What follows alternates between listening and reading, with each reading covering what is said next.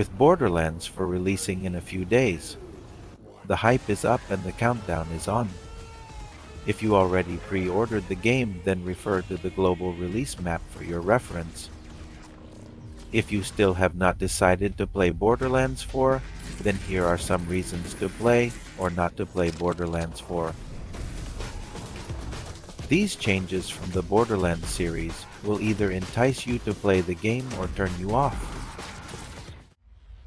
So first, Borderlands 4 will be a traditional open-world game, with a large, seamless map and distinct zones. The base game will include for zones and unique biomes: Fade Fields, which has forests and beaches; Carcadia Burn, which is a desert area; the Terminus Range and the Dominion City. This is the first time that Borderlands implemented an open world, and this may turn off people. I haven't played a full open world game since Assassin's Creed Valhalla, probably due to open world fatigue.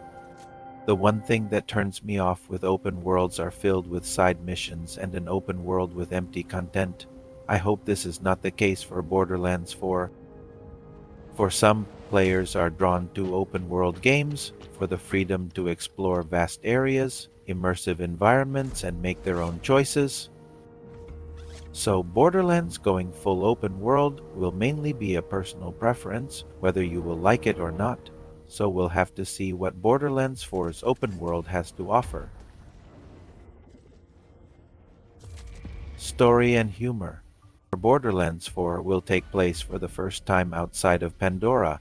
It will be on a planet called Kairos. The planet was previously hidden by the Timekeeper, but was revealed when Pandora's moon crashed into the barrier. The arrival and role of the Vault Hunters is to lead a resistance to dethrone the Timekeeper. Some known characters are returning, like Claptrap, Moxie, Zane, and Amara will be around to assist in your missions. The story this time will be more serious and darker. Humors and jokes will be toned down, and you can mute Claptrap if you want.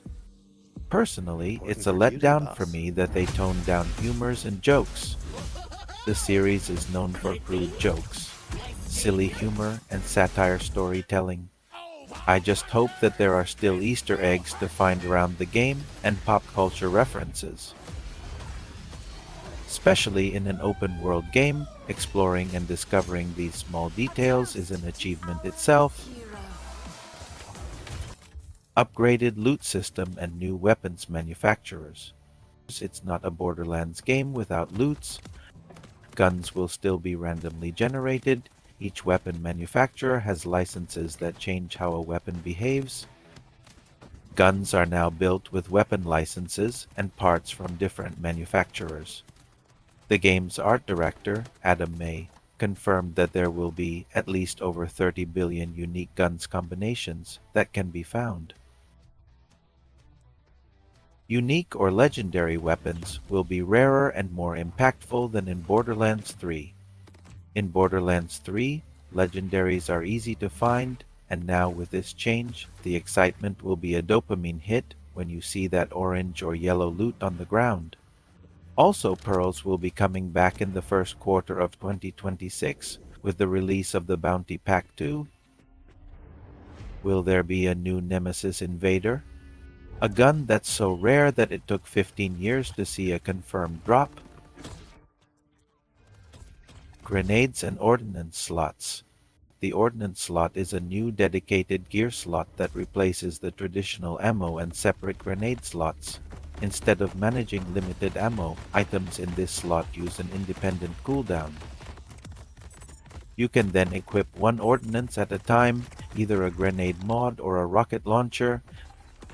A big change from previous Borderlands games. With the introduction of grappling hook, gliding, and double jump, I guess there is no need for rocket jumping anymore.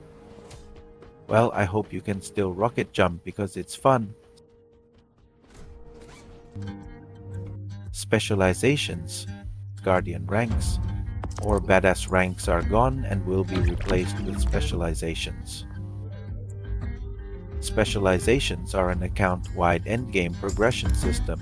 similar to Badass ranks or Guardian ranks, which can be unlocked after completing the campaign. Just shoot and gain experience, which will fill a bar and will unlock the specialization skill tree. If you have multiple characters, all experience earned will contribute to the specialization EXP bar. Upgrade nodes within the skill tree, providing incremental stat buffs and unlocking powerful passive skills. This allows for continuous power growth long after you've reached the level cap. New Vault Hunters. Here are the new Vault Hunters.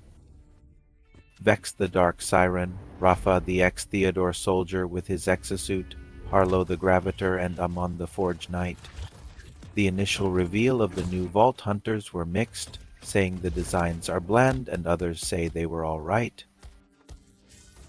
To me it was bland, and once their abilities and skills were revealed I was not that impressed either, but it was alright.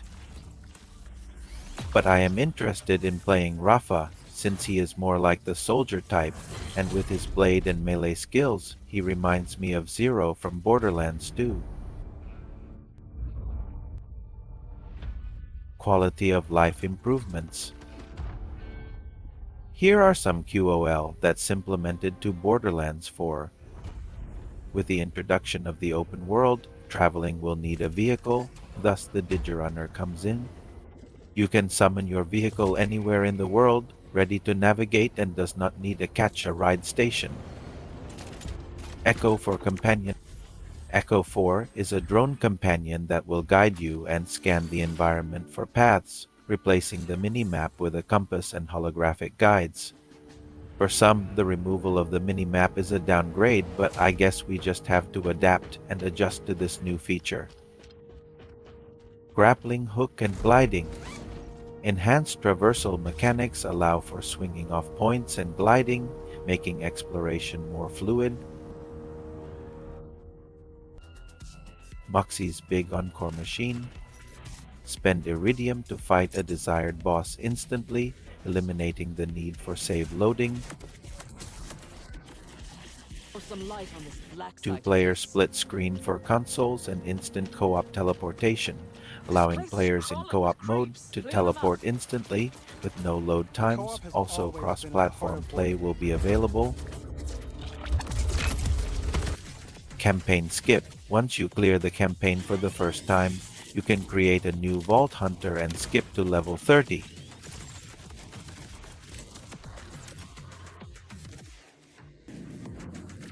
With all the bells and whistles, what will deter you from playing Borderlands 4? One of the main reasons will be high PC hardware requirement and performance issues. Borderlands 4 was crafted with Unreal Engine 5, and here are the system requirements for Borderlands 4. The minimum requirement is an i7 or Ryzen 7 with a fairly moderate discrete GPU, and these specs are already the recommended hardware for other AAA games. Only a handful of content creators mentioned about PC performance, and most of them have high-end or at the recommended PC's requirements, and yet they are having performance issues. Barely going over 60 FPS on a high-end PC build is ridiculous. We are not asking for modern games to run on a potato PC with high FPS, but at least the developers should optimize the games as much as possible. Looking at some recent Unreal Engine 5 releases, like Metal Gear Solid Snake Eater, Mafia: The Old Country, Wu-Chang Fallen Feathers, and many more, these games suffered terrible performance issues, and with the new open world system, it's gonna be a problem. Loading the terrain and the vast environment can cause stuttering. Most games with upscaling and frame generation turned on did not help either, but actually making it worse. Hopefully a day one patch is available to address these performance issues, because even if a game is good, but runs like dog shit, then expect review bombs, especially on Steam, and I will be one of them. Hopefully, day one launch will be smooth, and I will see you in Kairos in a few days. Bye!